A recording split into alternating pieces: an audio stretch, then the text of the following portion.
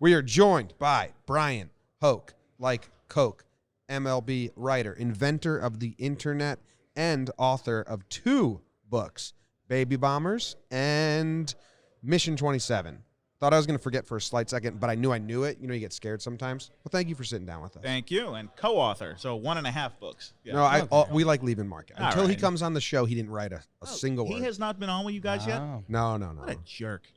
No, I like Mark. Round up, too. Mark's 1.5. 1.51? That's 2. Yeah, okay. Yeah, All you're right, good. cool. Have you read Where Nobody Knows Your Name?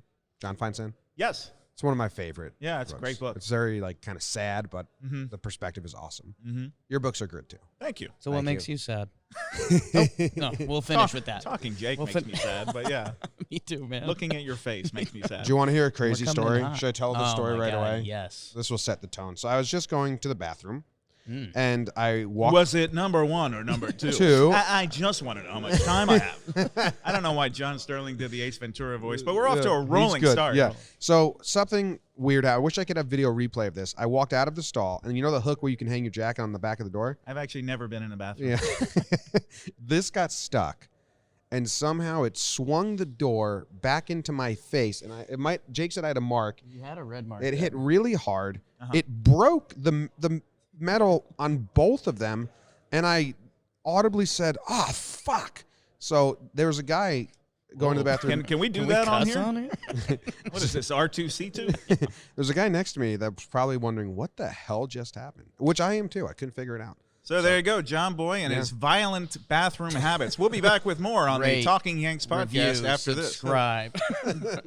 How are you doing? I'm doing great. Bryan Hoch, eventful winter meetings. Unfortunately, the Yankees just haven't given us much to write It's about. tough. Yeah. But, I'm hoping that something will present itself What here have you very shortly. What have you been putting out? Like some Dominican Rookie League type article type stuff? Or What's what? the Martian up to? Yeah. Martian, yeah, right, yeah. I am curious about what the Martian is up to. No, Gerrit Cole is the talk of the winter meetings. He's been the talk ever since we got here, and obviously late last night you guys were enjoying a bottle of wine and Allegedly toasting the arrival or pending arrival of Gerrit Cole. 9 years, $324 million, huge deal for the Yankees, and they finally got their man, the great white whale of Brian Cashman's time as GM. The Great White Whale's a good a shirt, Bill. Write that down. Oh, do it. With Cole looking like a whale. I love that. I love that. I like it. 45 on the whale. You know RotoWare's already That's got business. that, right? Fuck. They're fast. They're very nice to us, but they're RotoWare's so fantastic. fast. Yeah, they're good too. It is better than last year. Last year, nothing happened. That was our first winter meetings. And this year, we had Strasburg. We have a lot of action. And then there's there's the Astros stuff. Today, they talked about the ball stuff. There's just last year, everyone was like, well, Last year the talk was like, nothing's going to happen. Will there be a strike? Yeah. Right. And this is a little bit better vibe because I it's love good this. baseball stuff. This is great. This is what the winter meeting should be. You should have big names coming off the board, and that's the worst thing when you leave here on Thursday after the Rule 5 draft, and it's like, what was accomplished? Nothing. They talked to some people about something. Like, this is great. This is great. Big headlines, big news. What year is this for you? How many winter meetings? I was actually talking about this on the way here. My first was, I think, 2003 in Anaheim. Okay. I've been on the Yankee beat since 07. So, but yeah, I've been to this is probably is this 14 top 3? 14 or 15 for me. Just in terms of names that have come off the board, sure. A couple of years ago, the Stanton trade, that was huge. Yeah. With him having the news conference, that's what I like, especially when you can get a guy to the podium. Like they had the Strasburg announcement the other day, but he wasn't there, and that's a re-sign anyway. It doesn't have the same kind of flavor. We're not going to have the Cole one here. It looks like that'll be at Yankee Stadium next week, and that's probably better. You get him in the uniform, get him out to the mound, and even though he's a Southern California guy, like I want to see him in the pinstripes and standing on the mound at Yankee Stadium. Yeah, that'll be fun. That'll be fun. And I heard it's snowing there too, so hopefully it'll be like 18 degrees. And I live 10 minutes from the stadium snow. now, so maybe I'll sneak in. You should. I'll steal your badge and we'll go. Yeah, that's fine. You wrote the Mission 27, which is about the 2009 World Series, and that book starts with the signings. Yeah. And this mirrors the CC one. So is that winter meetings? It's almost a year. What? Are the wheels spinning? There are so many parallels between this winter meetings and that winter meetings. That's what I was going to ask. Yeah. Because it's like almost on the same day. Yeah. I think it is. I think it was the same day. I think it was the anniversary of CC's signing by the Yankees, and it was the same exact day. What I remember about that one, that was in Las Vegas. And so it was crazy. We're at the Bellagio, and not that you really got to go outside much, but you've got the blinking lights, and every slot machines are going crazy and everything. And there's so much activity and action. And I think it's day 3. And, the beat reporters get to talk to Brian Cashman every day. We go up to the suite and we'll talk for 15, 20 minutes, and he'll tell us what he can tell us, and a lot of times he'll dance around what he can't. Day 3, we keep waiting and keep waiting. When are we getting cash? When are we getting cash? 12, 1 o'clock, 2 o'clock, 3 o'clock goes by, and finally Jason Zillow, the PR director, tells us cash isn't here. He's gone. Yeah. And it's like, what? How did he leave the winter meetings? Where did he go? And now we know the whole story, and we detailed it in the book. He flew up to the Bay Area and dumped a wheelbarrow full of cash on CeCe's doorstep and really kind of closed out the deal. And they'd been talking to CeCe throughout that entire winter meetings. My favorite thing that we uncovered about that, and it's in the book, the first meeting had Reggie Jackson in it. And so they have Reggie in the meeting, and the meeting is all about Reggie Jackson. He's signing baseballs. No way.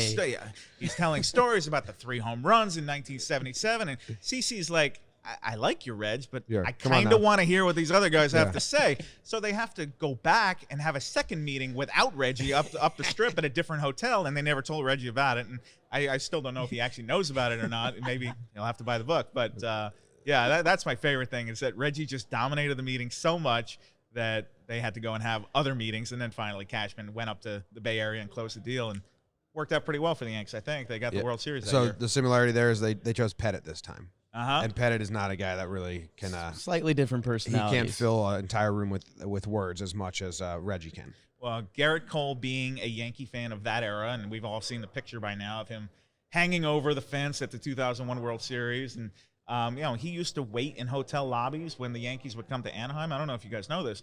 When he was a kid, and he'd wait for Jeter and Paul O'Neill and Posada and get autographs wherever the Yankees were staying. He'd find out where the hotel was. So this kid was a big Yankee fan growing up. Interesting. And I talked to people who went to high school with him, and they said when he was drafted by the Yankees, everybody thought, oh, well, that's it. Yeah. I mean, this kid wears Yankee stuff to high school all the time. Everybody knew he was going to be a big deal. When he was a junior in high school, people were bringing in crates of baseballs for him to sign in high school. Yeah. So, that sucks. They knew he was going to be a big for Cole. Nobody knew he was going to make $324 million and be the best pitcher in the big leagues here. I think he did. I think he probably that's why he turned down the Yankees. I'll go to college and become number 1. So, let's talk a little bit about that. That opportunity. You're a Yankee fan. The Yankees draft you. We've all heard the Jeter fairy tale story. Yep. This is the same thing. And then he sits down with his parents and somehow decides, no, I'm going to UCLA. I'm going to honor my college commitment. Crazy. I think he wanted to go number 1 too, or knew it was coming. And he did 3 years later, and he got the college experience. But what if you blow out your arm as your freshman year in college? That's a huge gamble to turn down millions of dollars from the New York Yankees. And so, hey, it all worked out in the end, right? For me, I had that light bulb go off that, like, holy smokes, you're drafted in high school. You're 17, 18 years old.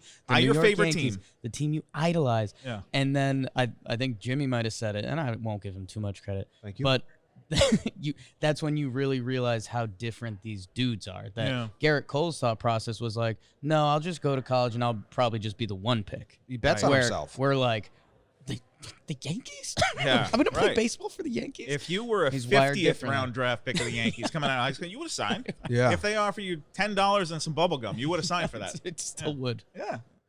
Things are going well. Cashman is around here somewhere. You could probably pitch that to him. I saw him looking at my legs, and I think he was like, wow. That's a Altuve 2.0 kind of going on. I heard there's some troubles with the Bat Boys last year, and he was looking for someone new. Yeah, looking for a real stocky guy. Not fast enough on the foul balls, changing the balls from the ump and all that. We will do that too if you want, Cashman, for like a day. But that's another thing. Bat Boy for a day would be a lot of fun. Yeah, that's an old school Rick Riley article, back page of Sports Illustrated. Well, he's a ball boy for tennis. Remember that article? No, kind of. I used to read those back pages Rick Riley articles like religion. They were cool. Cole signs. Now in 2009, Burnett signed. Mm-hmm. Swisher came. Teixeira came. They needed those guys. Yeah.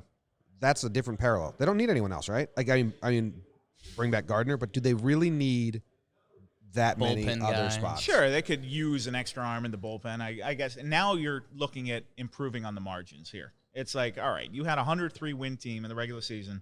Plus, by the way, let's not forget, they had 30 guys on the IL. Yeah. Yes. How many more wins would that team have gotten if everybody was healthy the whole year? Well, I think like 162. That was their goal. That was their goal. Sure. That's my unbiased opinion. They achieved their goal, which was to win the division and then go further. Obviously, they didn't go as far as they wanted to.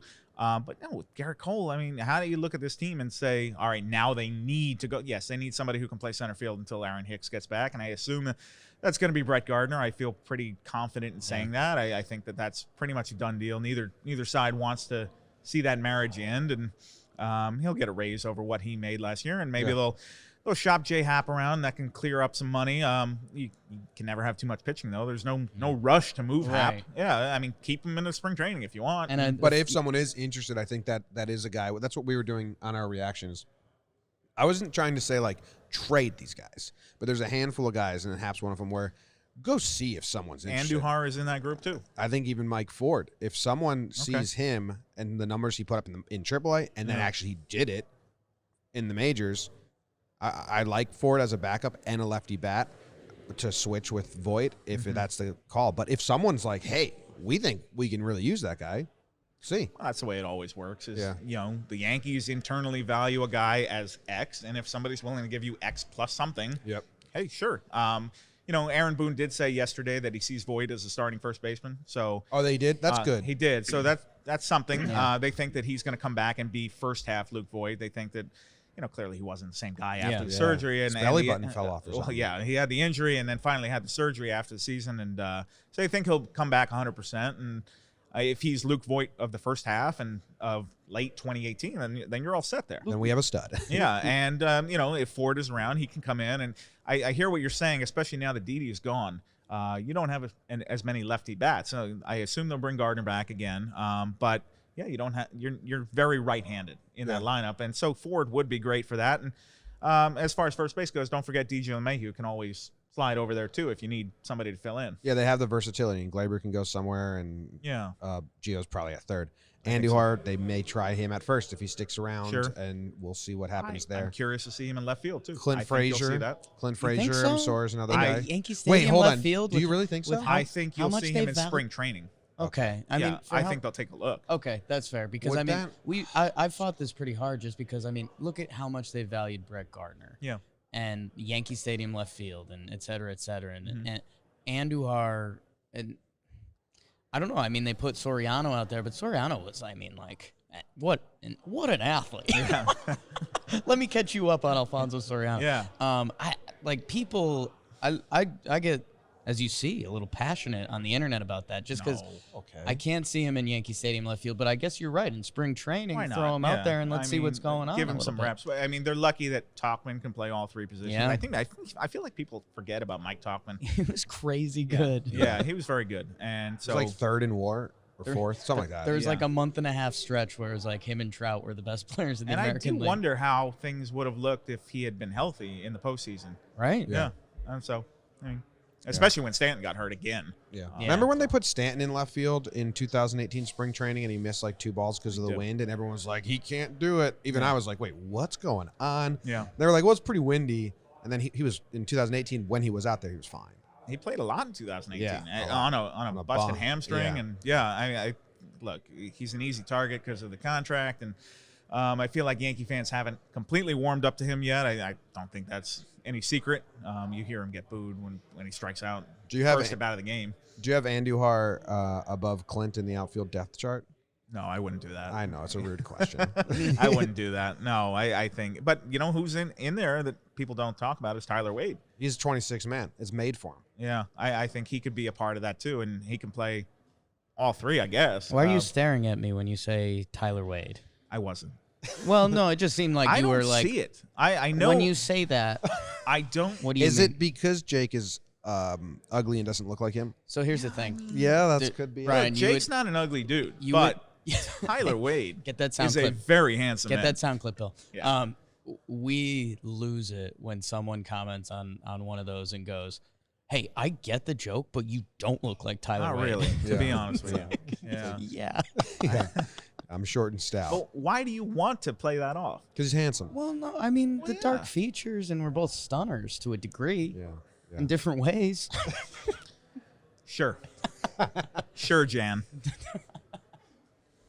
Clint Frazier, they shopped him like hard at the deadline last year. Yeah. Per my own brain. Source.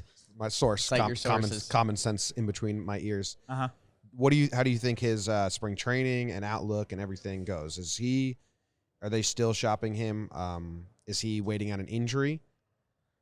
He's one of those guys that it's hard to forecast here because once again, we're in a situation where there's not a clear spot for him, right? Mm-hmm. Especially if you bring back Gardner. So I look, the talent is there. I don't think he's as bad defensively as he looked last year. There's a little lip yippy. Yip. A new kind of yips. I do wonder about that because the rap on him coming up through the farm system was the bat will bring him to the big leagues. But nobody was ever like, but this guy's a horrible defender, and you can't trust him. It was subpar, but it wasn't horrible. It was just, he's okay out there. And I wonder if that is a residual of the concussion that he had in Bradenton last spring training or one spring training ago. Maybe he was a little shy getting around walls, didn't want to re-aggravate it. I think that there's obviously he wasn't as bad as he looked. And the Sunday night game against Boston where he misplayed 3 balls, I mean, you're going to see those over and over until he proves that he's not that guy. But I really don't believe that he is that guy. I think he can get better. And everybody I talked to who watched him on a daily basis down in Scranton said he was doing a good job down there. And so I think there was probably his confidence was shaken a little bit. This is a guy who has succeeded at every level, and now he's struggling for the first time in his career. But look at his offensive numbers. What he did early in the season for that team. Yeah, he had a plus 800 OPS. And then sprained his ankle. Right. The play at second base, but in Anaheim, I remember that. Want to hear a little tidbit that we did on Katie Sharp for us on Sharp Stats? Clint Frazier swings when he misses an off-speed pitch. He fully misses it, so he doesn't foul any out or miss any, and that is actually one of his better qualities. That his swings and misses are like there's not weak contact because his swing is so tight and quick that if he misses a breaking ball, he usually fully misses it, and it's actually the best thing because he doesn't just softly ground out. Best things. Katie Sharp is a rock star. She's awesome. Like she's our analytics department. That's great. I mean, she is the best. The best. I hope she's listening. What do you think is more likely? We're here. Bryan Hoch, MLB. What's more likely? With everything that happened last year injury-wise, is that we come into spring training and all these dudes are around. I mean, the Andujar, Clint, Happ doesn't even need to be involved in this crew, but you'll see why in a second. I mean, the depth that came through last year with the Yankees and the injuries and everything. Or are we going to be here when spring training rolls up going, hey, Cashman put together a package that was Mike Ford, Andujar, Happ, and he did increase the margin somewhere. Wow. I think that given the names you just mentioned, the most likely to go would be Clint because he's got the most value, I think. I think Andujar's got value too, but he's coming off an injury, and Ford's kind of unproven still at this point. Yeah, small sample. Yeah, small sample size. I think you could convince a team to take a chance on Clint, but I feel like it's a sell low at this point, given the year of mixed results that he's coming off. I mean, this is not 2 years ago when the Pirates were willing to take Clint for Gerrit Cole. Right. And they, obviously the Yankees didn't want to give up Andujar, but I think that his value, his stock has fallen a little bit. So once again, they're in a situation they don't need to trade Clint Frazier. This team is ready to go. I mean, there's not a whole lot of places they need to upgrade. Sure, you could look for a backup shortstop maybe, or, obviously you can build in the bullpen, but yeah, like I said, your improvements are going to be on the margins. They've done their heavy lifting. Gerrit Cole. I mean, that is heavy lifting. They set their number one target. They got their guy, and now it's all right. What else do we do before February 14 or whatever it is? Cashman doesn't like selling low. He likes selling high. So like Clint and Andujar are kind of not the moves I would expect. Who does like selling low? Jake. Yeah, you're looking at it, brother. Yeah. So anyway, a guy that you can sell high on right now is Luis Sessa. He finally had but Sessa has finally had a good year. Someone needs to come off the 40-man for Cole. Mm-hmm. But they love Sessa. He's got the arm talent, and they have this new pitching coach. Yeah. Where I think before they got the new pitching coach, I was saying they probably are going to see if anyone wants a flyer on Sessa because his value is as high as it's been. Sure. Besides maybe when they traded for him when he was like unproven but had the arm talent then. Do you think that was a winter meetings trade, by the way? Was it? Justin Wilson for Sessa and Chad Green? Yeah, and I remember thinking, oh, well, they don't need these guys. They're going to flip them for something else. Yeah. And look, they turned into be mainstays for like 2 years. But I remember that was a shock when that came down. I was like, Justin Wilson, why would they trade a lefty, controllable? Anyway, sorry, I interrupted. No, it's fine. Do you think Sessa could be on the move? And then a follow-up is just who do you envision? How and who do you envision coming off the 40-man? Wow. Heavy. Yeah, that's heavy lifting. And if you get it wrong, everyone will. What is the correct answer? Let me ask you that. I would. Let me volley it back to you. I would go with someone easy like Brooks Kriske. Yeah. We love that name, though. I know, but I know nothing about him. Chance So that's what I'm like. Chance Adams still around. Chance Adams, I thought, was a non-tender candidate. I thought Yeah. that was a possibility to open up a roster spot. And I guess it still could be. So that's your answer. Yeah, actually. I mean, Krisky's a good one, too. Thank you. I don't know who. Yeah. Look, whatever the 2020 Yankees do, I don't think Chance Adams or Brooks Kriske are going to have a huge impact on it. I look forward to Game 7 of the World Series when you replay this. Chance Adams is about to become World Series MVP. But Kriske to Adams to Chapman. The Yankees have done it. Game over. Yankees win. So I guess that would be my guess. But to go with Sessa, yeah, they like him. And he gets so much flack on social media. Really nice the fans hate him, and I don't know why. I don't get it. He does that job very well, which is to be the 11th or 12th man on the pitching staff. Yeah. He comes in a lot of time when the game's out of reach or when it's fading away. That was last year. Last year was the 2018. They should have bullpenned him. They still tried to make him a starter, and it was just very clear that like this dude's going to be good for 1 to 2 innings out of the pen. He's got the arm talent for that.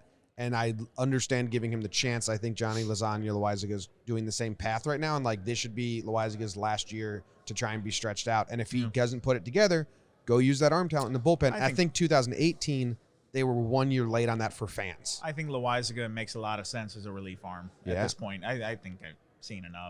I think. But considering the rotation that they project to have, I mean, where does he fit? I'm going to fight you a little there, Brian. Oh, wow. Yeah. Because, Jordan Montgomery. It's me. No, I love Gumby. For me, I look at Loaizaga coming into this year's camp, and we'll see what happens. And you guys are right. I mean, bullpen wise, if he can, when he ticks that stuff up, I mean, it's crazy. The 99 fastball and the slider and the changeup when it's right, like that's Mickey Mouse too. But I'm kind of interested to see him at spring training this year because I mean I see his career path and what Herman's was pretty similar. I mean, you could have said the same thing about Herman. Like, the way his stuff played, you'd say, oh, man, if you throw him in the bullpen and he ticks up, he could be special. That's true for everybody. That's true I know. Hey, you guys had, breakfast with Phil Hughes the other day. Yeah, Ask Phil Hughes what the bullpen did for him in 2009. We did. It's coming out. What about Cole? You think we should just pivot him to the pen? I think so. That is his stuff that up. Is the it up best a little place bit. you can use Gerrit Cole. Is probably the 5th inning coming in, and he'll get 3 outs for you. No. What's the matter with you guys? I have a reporter question for you. Okay. Because I like finding out your guys' side of new additions. When Cole comes and you guys do your first scrum, or let's save it for your first like post-game scrum after a loss. Regular season, but like maybe his like a bad start, right? He gets knocked out in the 3rd inning. It just doesn't go well. Okay. Who asked the first question? Meredith, always. Okay, but she's got the first. We yield to Meredith. Yeah. She's got the TV camera. Who's going to be the most and, brazen? Are you going to be shy? He's an angry guy. Is there any? That's not what I've heard. He plays angry. I think he's intense. Can we say intense or whatever? Is there any like dancing in that scrum, or are you guys all like just answer the questions? I don't think there can be. I don't think you can be afraid to ask a question because, and this is going to sound very preachy, but we and Cashman has said this too. The media is the conduit to the fan base. Yep. And I always try to remember that we are asking the questions that you guys want to hear the answers to. Yes. And it's not necessarily because Bryan Hoch wants to ask Gerrit Cole about whatever, the curveball he hung to some guy. It's because the fans who buy the tickets and watch the games, they want to hear Cole talk about that. And so, I don't think you can be shy about. And you shouldn't be doing this job if you're afraid to ask Gerrit Cole a question. Yeah. But there is a comfortability level that will increase throughout the years, right? Well, we'll get to know him more. First year CC and 10th year CC, it was probably a little different vibe.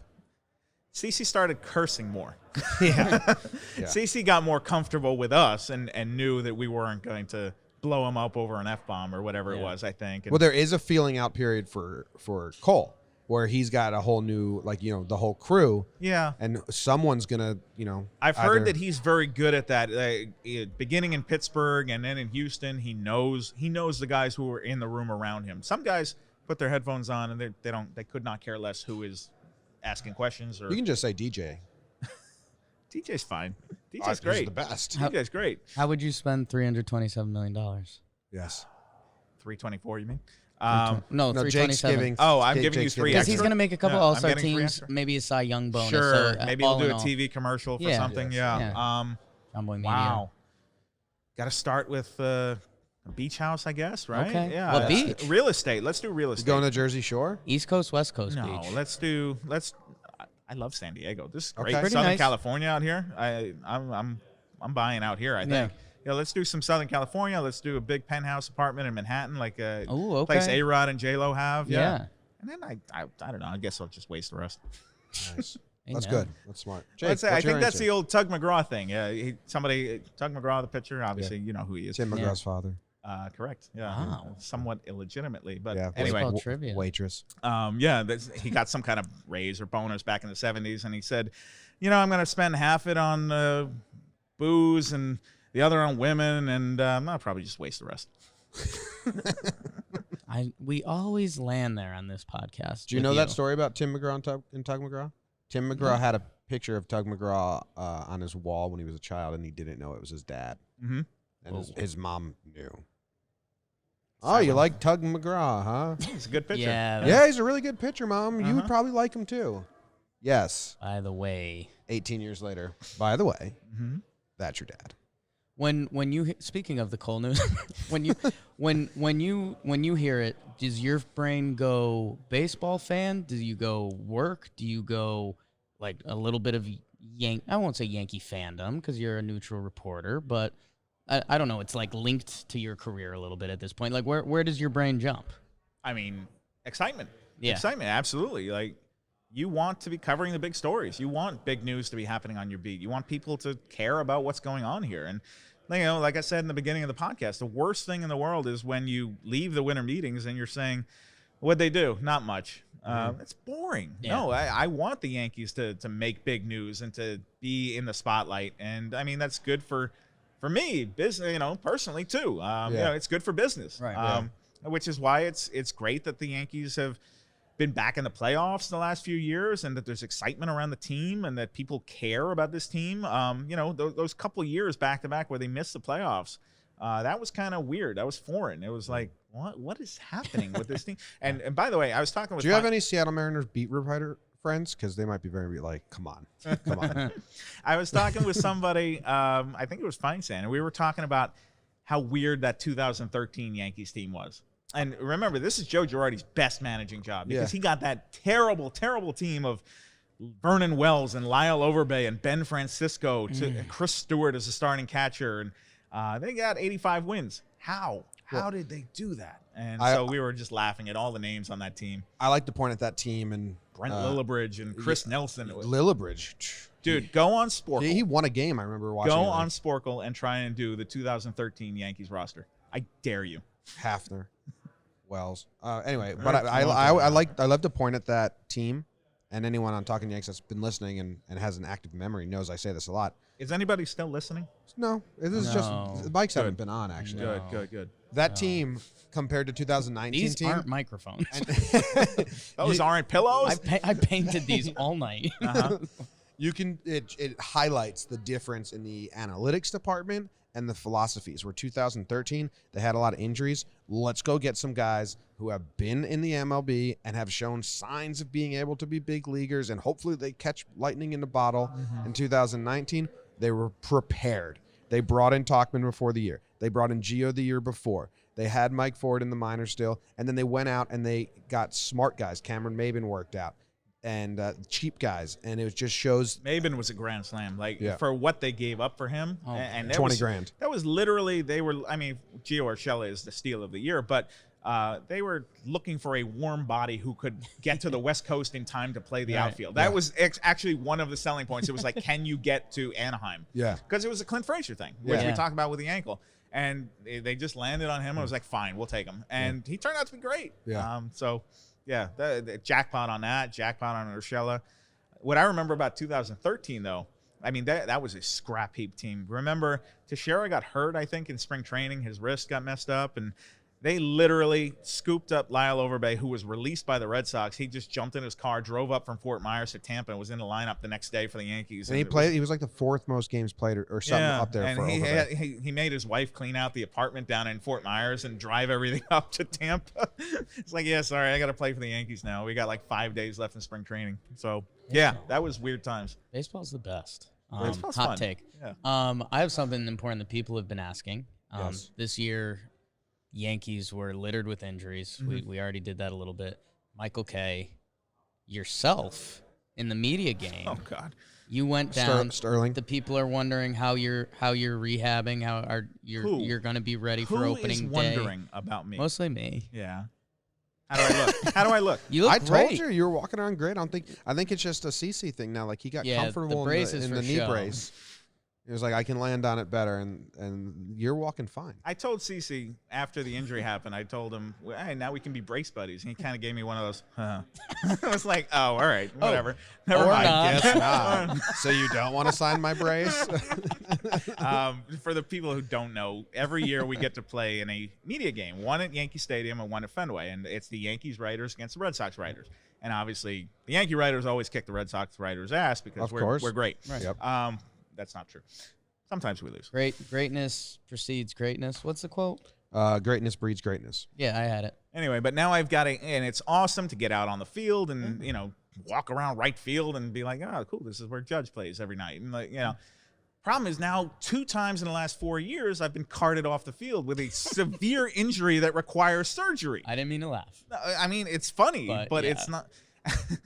Did you give the as thumbs up to Eduardo the crowd? Nunez once said in spring training when he was right on the bubble and they wouldn't tell him if he made the team or not, it's funny, but it's not funny. Yeah. So, do you give the thumbs up on your cart off? this time I was just angry. I think You're I like, did. fuck again. The first time, I was like, this is ridiculous. Oh man, Like, yeah. Did you have the dark heart? I was angry. Flowing? I was angry this time. But yeah, it was a fly ball, shallow right field. I'm coming in toward the foul line, toward that wall, and I'm on that kind of dirt pathway where the foul line is. And I'm thinking, slide, dive, like I got the wall to deal with here. What do I do? And when you get caught in between, pop. Yeah, and so, I knew I was dead at the moment. But, I put off surgery until after the season because I didn't want to stop traveling. Right. Because Meredith actually told me this. And she said, traveling with that after surgery will be horrible. Like you will swell up and it'll hurt like hell. And so I said, well, then I'm not going to do it. Plus, London was coming up, and I didn't want to miss London. Right. I was like, no chance. I'm not going to miss the Yankees and Red Sox in London. So put it off until after the season. And as soon as the ALCS was over, I think I was on the table like 3 days later. Yeah. And so, Can you believe they topped London this year with Iowa? I'm looking forward to Iowa. I've never been. We want to go too, but I think it's going to be really exclusive tickets. There's not a lot. It's like a smaller than a minor league stadium. Okay. It's tiny. And I think it's going to be mostly I like did hear company. mostly a lot of people from Iowa will get a chance at those tickets, too. That's smart. It's nice. Yeah. That you're trying to bring baseball to places it's not. So it's cool. they should also let them watch games because Iowa can't watch any baseball games. Why? MLB TV blacks out 6 teams for them. Okay. Isn't that wild? I'll see who I can talk to. Yeah, like fans in Iowa, they're like, yeah, well, we can't watch any games. Well, now they can watch one. Yeah. One. That's what's weird. It's just one game. It's in the middle, I think, of a Yankees-White Sox series in Chicago. Yeah. That'll be fun because the White Sox should be good. I hope we get I hope it lines up. I wonder if they're gonna try and make it like Cole versus Giolito. Are there hotels in? No, we've had Iowa? some fans reach out that Like, live in the area. And are we gonna stay at the Super 8? You guys can crash, and we're like, Okay. yeah, okay. Dyersville, Iowa. Yeah, Let's we're go. already climbing Gorgeous. some trees. Yeah, they don't There's have no a trees. Marriott Marquis Gorgeous. Dyersville, right? I don't think. I'm looking at timeshares while I'm there. Airbnb. I'm upset that they actually made an outfield fence. Should just be corn. The ball should Again. be able to go in there. Just roll. Yeah. Roll forever. It's a scramble double. Run. There'd be a lot of them. I would prefer. That would suck after like I would 3. prefer if it was not a ground rule double and the guy had to go in and chase it down and Ooh, find now it we're and throw it back talking. in. Or put like a 3-foot fence up. You know how? I mean, could it be more high scoring than the London series? No.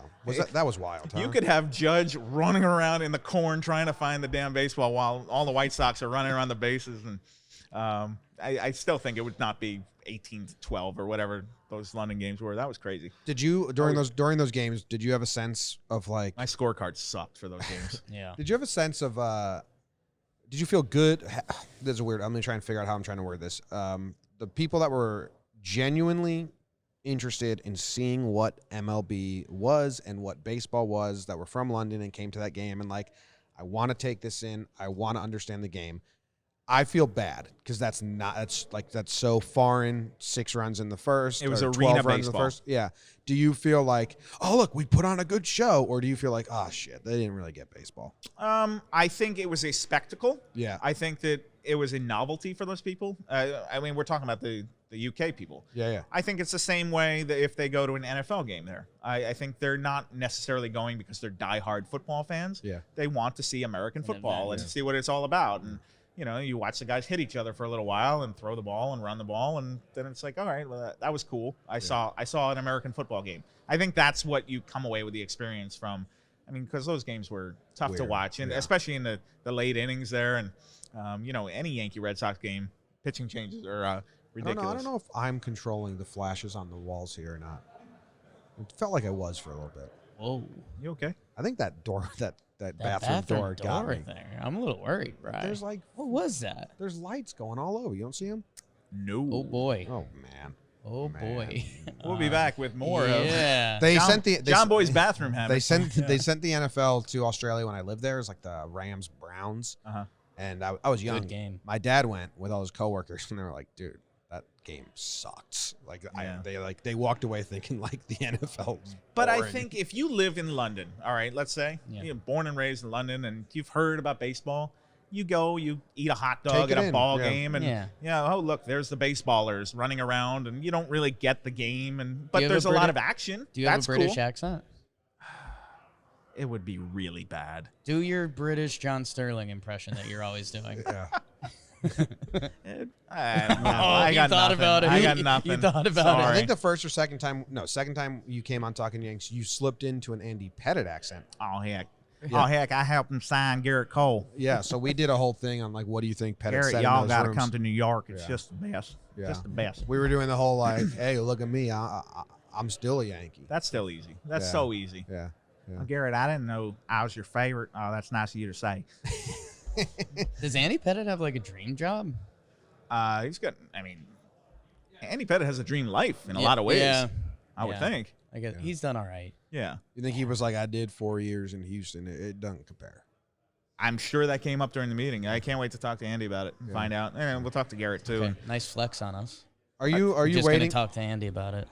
Send him our way. He's one of the guys in Mission 27. He's a very important part of Mission 27. Available now, by the way.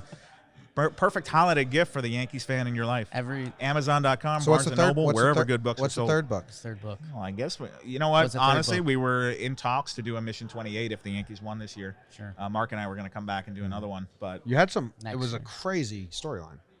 I mean, this The all, end, we had Lindsay Adler on him. would have been called Next Man Up. That would have been the title. Yeah. And I'm not even like just making this up. This was like this was like ready to go, plug and play, and then Game 6 in Houston, and then we were like, all right, well, time to go get my knee cut.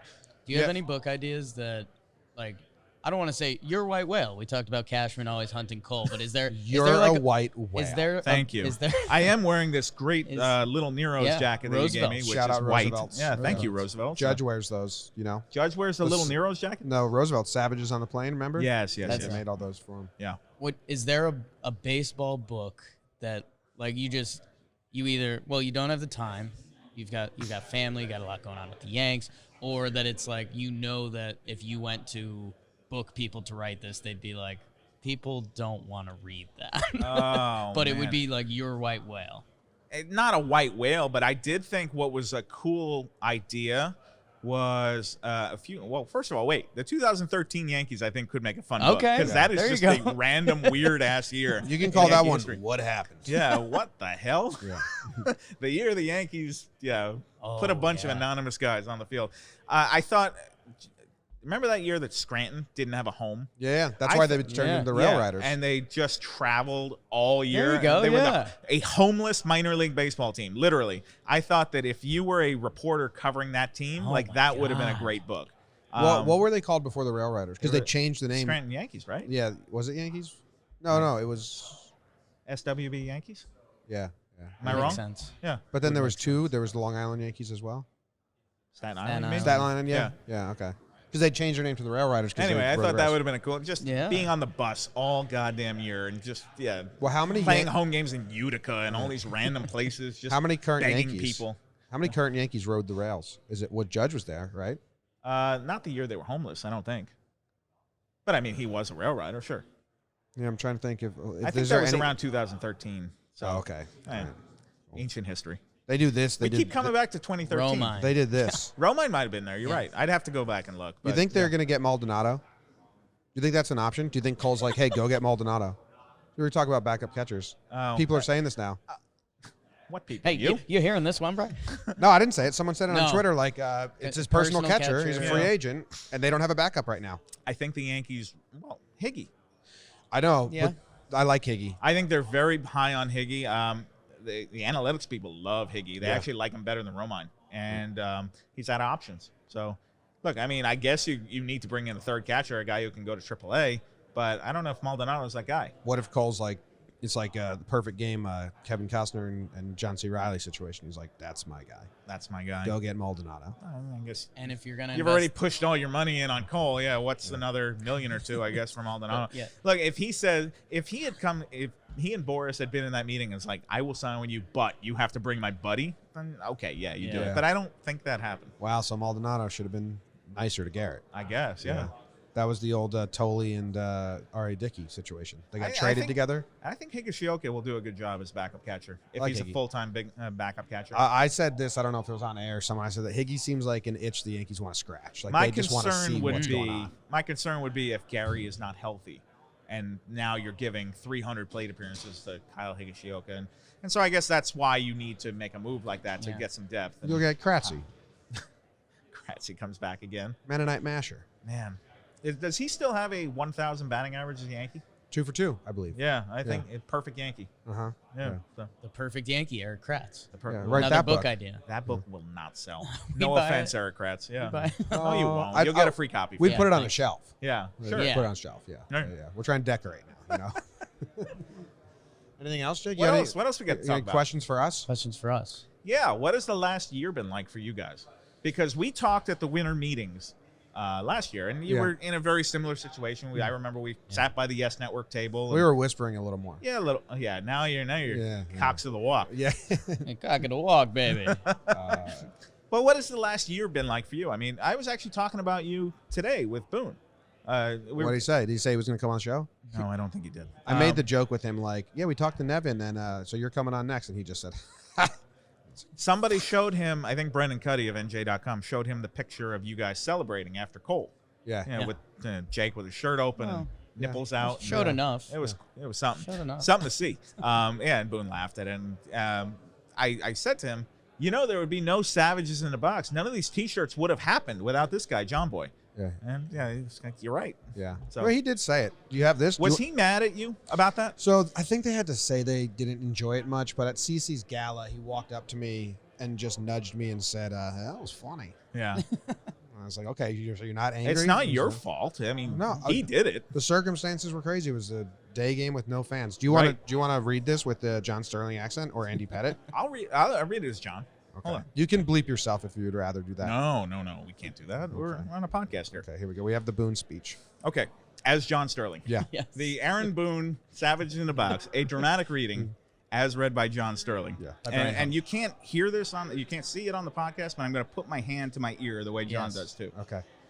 My guys are fucking savages in that fucking box, and you're having a piece of shit start to this game. I feel bad for you, but fucking get better. That guy is a good pitcher, but our guys are fucking savages in that box. Our guys are savages in the fucking box. Tighten it up right now, okay? Tighten this shit up. Aaron Boone, 7/18/19. That was better than I thought it The could have best been. piece of content Thank ever you, put Susan. That's the best piece of content we've ever put out. It's a good shirt. This was the easiest shirt to sell. You are having a piece of shit start to the game, and I feel bad for you. And that's brought to you by Lowe's, driven by Jeep. That moment was nuts. I mean, and that did change things for us. on the business end and just kind of in. Like you owe your entire, I don't know, the last 6 months to that. Yeah. Well, I do say, I'll pat myself on the back. I had, and you guys know this, and Yes Network knows this, I had put in, I had a workflow that I created for 2 years that allowed that to happen as fastly. Like we were ready, and now we're ready to attack any moment like that in the manner that we do. But obviously, that is just Boone, not me. That's the fun part. Now, what about the Astro thing? How has that affected your life? Oh, the Astro thing's... The only thing I don't like is there's a lot of people that found out about us because of this Astros thing and don't know that, like, that's not what made us big. We had this table and we had these credentials before that happened. You know what I mean? Like, and there's a lot of people like, oh, look at this just because of one video. And it's like, I did 400 videos this season. That one's cool. I think I texted Jake and I was like, I think that one's kind of like actual journalism, not just a joke. And like Rosenthal said, like, thank you. I remember seeing your tweet. Yeah, you were like, I think this is journalism. Yeah. So that was cool. But then, like, the hate sucks from the Astros fans. And it's like, I'm making up rumors here, man. Like, I guess it's pretty easy to tell what's going on. You know what's funny is that Girardi said the other day here, we finally got to ask him about 2017. And he said, word gets around. They knew in 2017 something was fishy. Mm-hmm. So, I mean, it's easy to say that now when the cat's out of the bag. If we had asked Joe that in July of this year, he probably wouldn't have said that. But but it's cool. But it's also like people were like, are you going to go to Winter Meetings and just ask everyone about the Astros? And it's like, no, I'm kind of over it too. Like, I'd rather not talk about it. Yeah. Let's wait till they announce it, which is going to be a while now, Yeah. But I'm interested to see what I'm staying actively up to date on it. I think everyone should be. I think people downplaying it are crazy. If it's true and the investigation comes out and says, like, it wasn't just a 3-month thing. This was for the last 3 seasons, and they were doing the buzzers or the whistling. If all those come out to be true, and I think that I lean that like they probably are, I think it's the biggest scandal in baseball history. Wow. Because it's bigger than the Black Sox? Black Sox was 8 guys who went on their own to gamblers. This would be executives down. Executives to scouts to manager. Pete Rose operated alone. To steroids is like a whole other thing. Steroids might take it because MLB swept it under the rug because they knew it was good for the game. But this is an entire. It's bad. It's executives bad for level baseball down. If this turns out to be true and a multi-year thing and so many people involved. I mean, So and I'm not saying other teams don't do stuff like this, but if they are, like, well, that's what. Yeah, we don't know that other teams aren't. I don't want to name any teams, but I mean, how do we know that no finger's Astros been pointed as specifically as it was pointed at the Astros yet? True, but how do we know that other teams aren't doing similar things? We don't. I'm sure they are, and we'll have to wait and see. But it's bad. It's like the fact that it's a top down is pretty brutal. Yeah. So we'll see. I hope they have a in the meantime you satisfying can conclusion. You can tweet to John Boy your thoughts on the Astros. Garbage can banging. Do you have any advice for us? Don't read the Twitter mentions. Don't read the comment section. Yeah. Easier said than done. Yeah. I actually do read every single thing that's tweeted to me. Yeah. I mean, at least until I mute you. Yeah. Which does happen. Do you have words muted? There's one word I have muted. Oh, okay. Okay. We went over our muted list, Lindsay and I.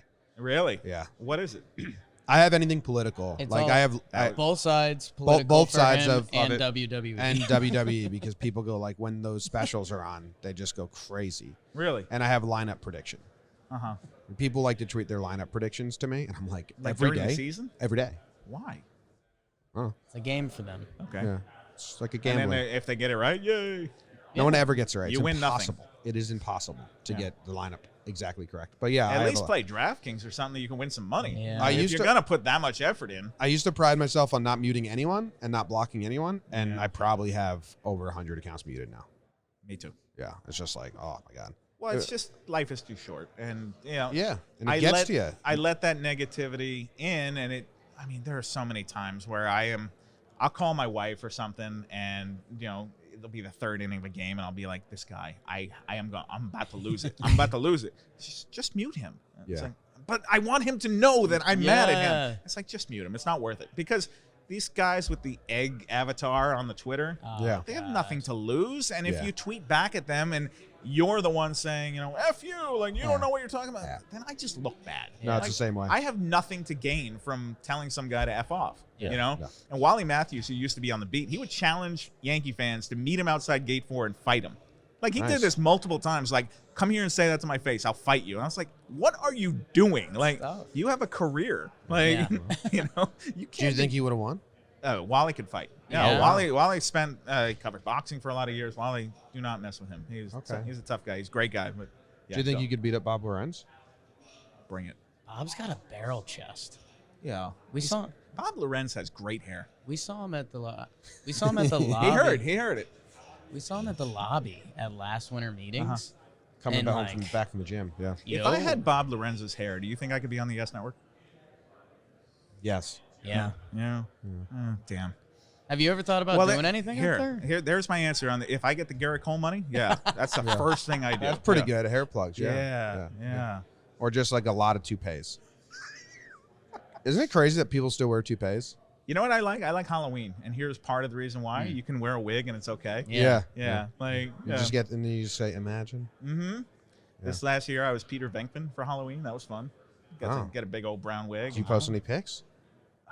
I'm sure they're on my Facebook. Are we Facebook friends? I don't know. We can be Facebook friends. Yes. You're in. And the interview has been a success. And that's the whole reason we're here. All right. Yeah.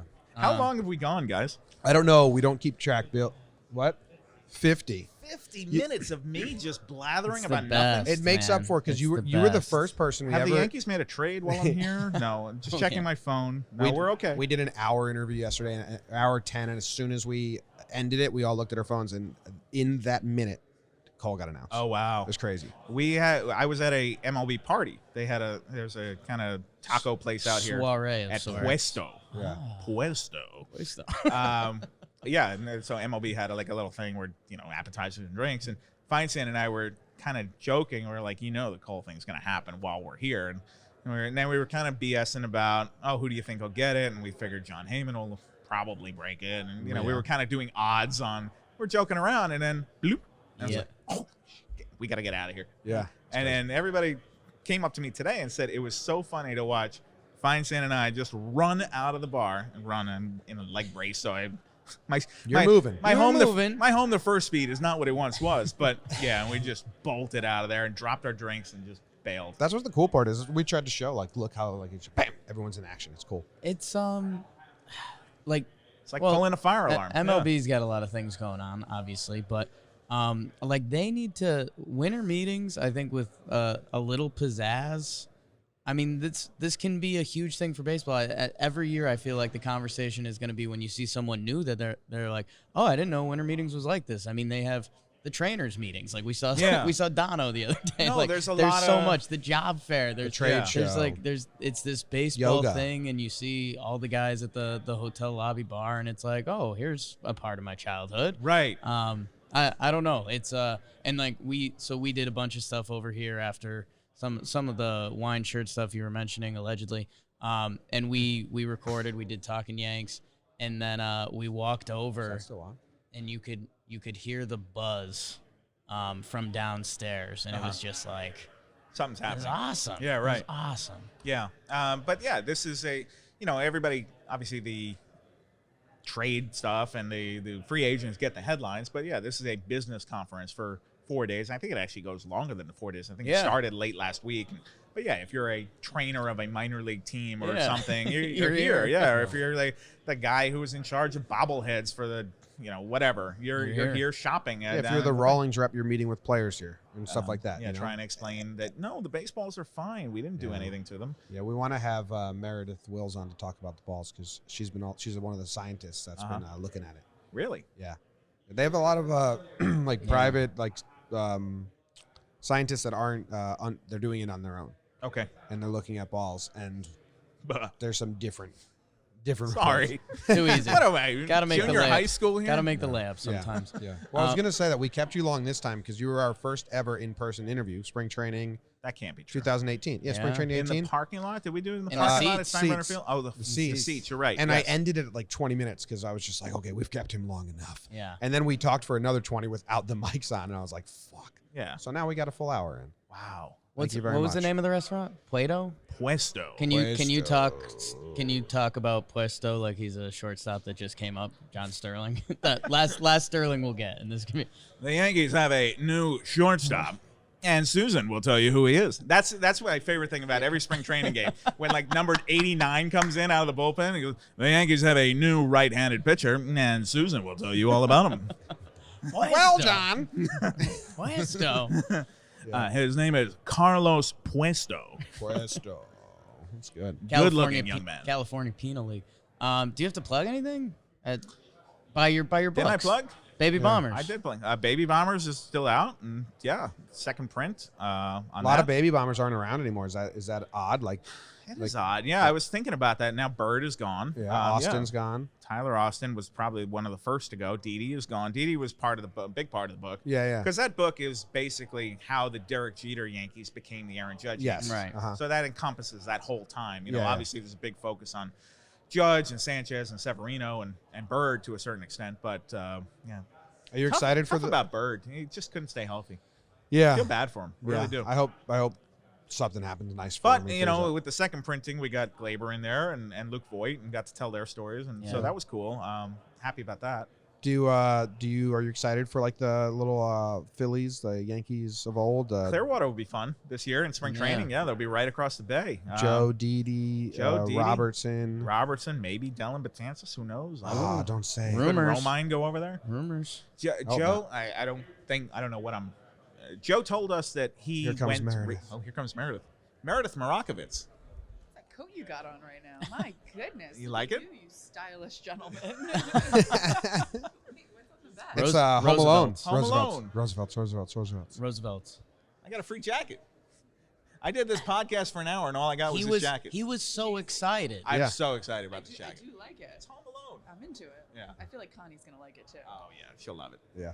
I'm not going to tell her I got it, and then I'm just going to go upstairs to the room and show up wearing it. Show up Joe Cool. As though I'm delivering Kevin McAllister's pizza. Well, that's It's going to be great. If you're going to go after it, you got to go after it and get yourself a pizza and show up knock on the door that's a with great a hot call. pizza. To be Your exact, very own cheese pizza. you have to get $120 worth of pizza actually to be That's really aggressive. spot on. I will not endorse that. It's not healthy Too or far. good for Too far. anybody, but get yourself a pizza. Damn. It's good. It's a good Thanks, call. Meredith. Yes. Special guest God. appearance by Meredith. Yes. Good work with the microphone. I forgot what I was saying. Joe told us that he went to go visit Dylan recently and watch him work out. I was happy for Joe to get this job, and if he steals Dylan, I think he's totally gonna be all in on his guys. And damn. so how long before Ronald Torreyes suits up as a Philadelphia Philly? I'm ready. Yeah, NL All-Star Toe next show. year. Yeah. Toe show. But yeah, I think Dylan to Philly, that could happen. Why not? Why not? Damn. All right. Thank you for joining us and Thanks, making Bryan us sad Hoch. at the end there with At, the Dylan. at Sorry. Bryan Hoch. At Bryan At Hoch. Bryan Hoch. At Bryan Hoch. Yeah. Hoch. Yeah. You like Hoch or Hotch better?